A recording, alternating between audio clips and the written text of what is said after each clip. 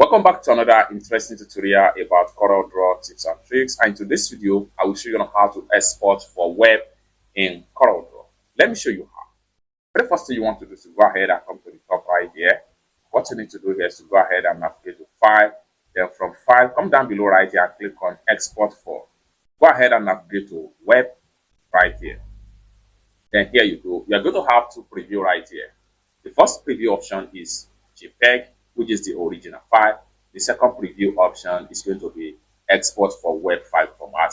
By default, I have GIF right here. However, we can decide to export the file as any type of file format. And for that, what we want to do is to come to the top right here, click on here, then you can choose different types of file options right here. Or better still, you can choose a custom. Like for instance, I'm going to save as high quality web page right here. Click on that. Then you are having high quality web page. You can see the detail about the file right here. Okay. So next thing you want to do here is to make sure we click on high right here. Make sure you choose highest. Then once you choose highest, it's going to give you 100%. Then right here, click on here and make sure you choose highest also. It's going to increase the size from 5 to 6 as well. Next thing you want to do is to go ahead and make sure you come down below here. Go ahead and click on Save As.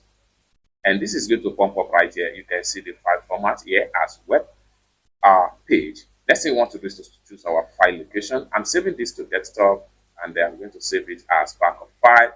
Then I'm going to hit on Save right here.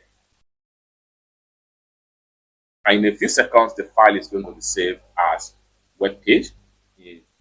So after I successfully save the file as HTML web page, next thing I'm going to do is to minimize my current file, and I will go ahead and open up my backup file folder. Then we have the logo right here, just like what you see, Chrome HTML document.